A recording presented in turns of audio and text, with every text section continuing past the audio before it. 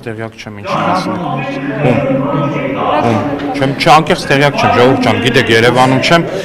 քաղաքական պուլսից ընդհանրապես մեծ հաշվով շատ տեղյակ չեմ։ Ոնց է ստացվում, պարոն Ալեքսանդր, որ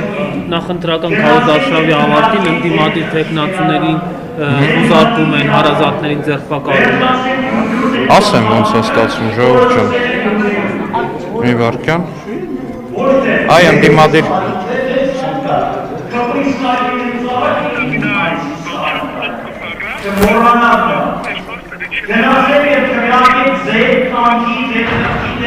Ասում են փող կֆռա, ձայնագրություններն է հակակոռուպցիոն, փող կֆռա, բայց դրա մասին մարդ պետքա չիմանա։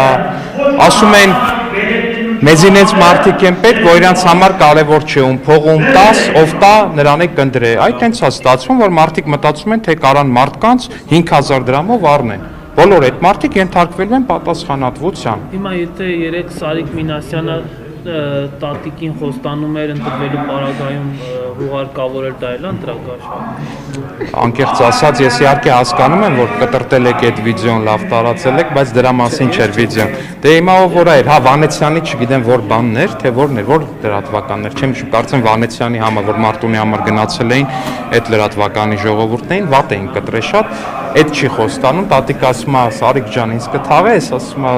Այդ ասում է կատակով, հետո էլ ասում է կատակի անում, հլա իրար հետ ծնունդ էլ պետք է նշենք, եթե չեմ սխալվում, տենց է ավարտվում։ Հիմա չգիտեմ ինչքանով է դա, դիմեք դատախազություն տեսեք, բայց ակնհայտորեն, երբ որ ասում են փող կֆռա,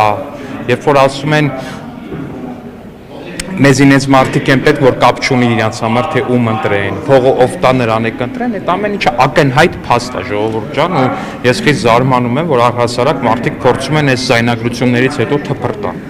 Ակնհայտ փաստ է, ժողովուրդ ջան։ Ամեն դեպքում ընտրություններից առաջ ընդդիմադիր թեկնածուների հանդեպ այս ամեն ինչը դուք մենակ դրա կաշառքի մասին եք ասում, բայց նաև խուզարկել են մյուս թեկնածուները։ Բա ինչի համար են խուզարկել, ընտրակաշառքի հետ կապված թեմայի համար են խուզարկել։ Ես հակակոռուպցիոն կոմիտեի հայտարարությունից ինչքան որ հասկացել եմ, երկու դեպքն էլ կապված է ընտրակաշառքի հետ, որ ասում եք նախընտրական, այդ ընտրակաշառքն էլ են նախընտրականում բաժանել։ Դե շիբին պրելու հետ կապված հաղորդագրություն է ինչ-որ մեկը ներկայացրել, եթե չեմ սխալվում դիտորդական առաքելությունները, եթե չեմ սխալվում, ճիշտ եմ հիշում։ Դրա հիման վրա գործ են հարուցել, թող ուսումնասիրեն, եթե ինչ-որ հակաօրինական բան կա, կլինի համարժեք գնահատական, չլինի հակաօրինական բան, չի լինի համարժեք։ Գուցե վարկանիշն է ցածր Սարքիսյանի։ Էտով այդ հեքիաթները պատմում։ Էտով այդ հեքիաթները ձեզ պատմում։ Չետով այդ հեքիաթները պատմում։ Չէ, մի վարքյան, այդ հեքիաթները ձեզով է պատմում ժողովուրդ։ Բայց մի վարքյան եկեք պարզվենք այս հեքիաթ ասածնով, որ ձեզ հեքիաթ է պատմել, թե իշխան։ Տեսնում ենք, որ մեծ թվով քաղաքացիներ չեն հետևում եւ Ինչի՞ եք հետևում։ Ինչի՞ որ քարոզարշավին եք հետևում։ Սոցհարցումների 11% վարկանիշ ունեցել։ Որ սոցհարցումների։ Ես Գելափը դա այն նույն ընկերությունն է, որ Քոչարյան Ռոբիկի փողերի համար 21 թվականի ընտրություններին տվել էր, թե Քոչարյան Ռոբիկը պետքա մեզնից շատ ձայն հավաքի։ Այդ ընկերությունը առհասարակ, որ չի ամաչում դեռ մարդամեջ է դուրս գալիս, քանի տոկոս շեղում էր տվել, 30 քանի տոկոս սոցիոլոգիայի պատմության մեջ, դա չտեսնված թիվ է։ Դա կարա,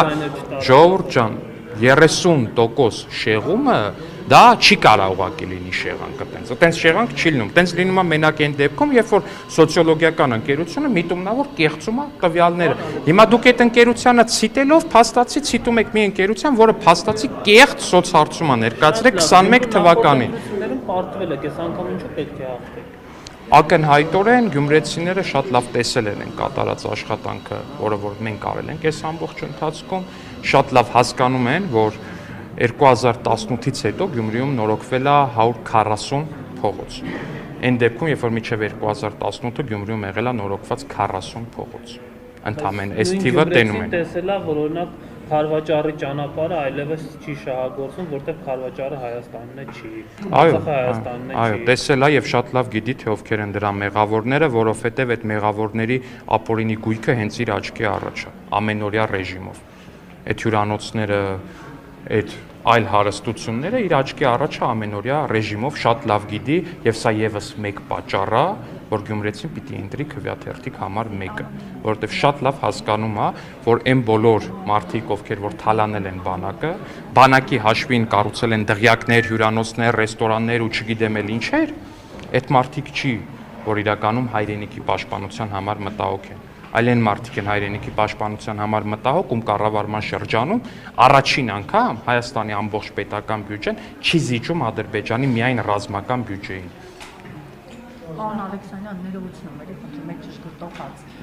334-ում, որ քննարկում էր, միանգամից երկու պատգամավորների հարցը չէր քննարկվում,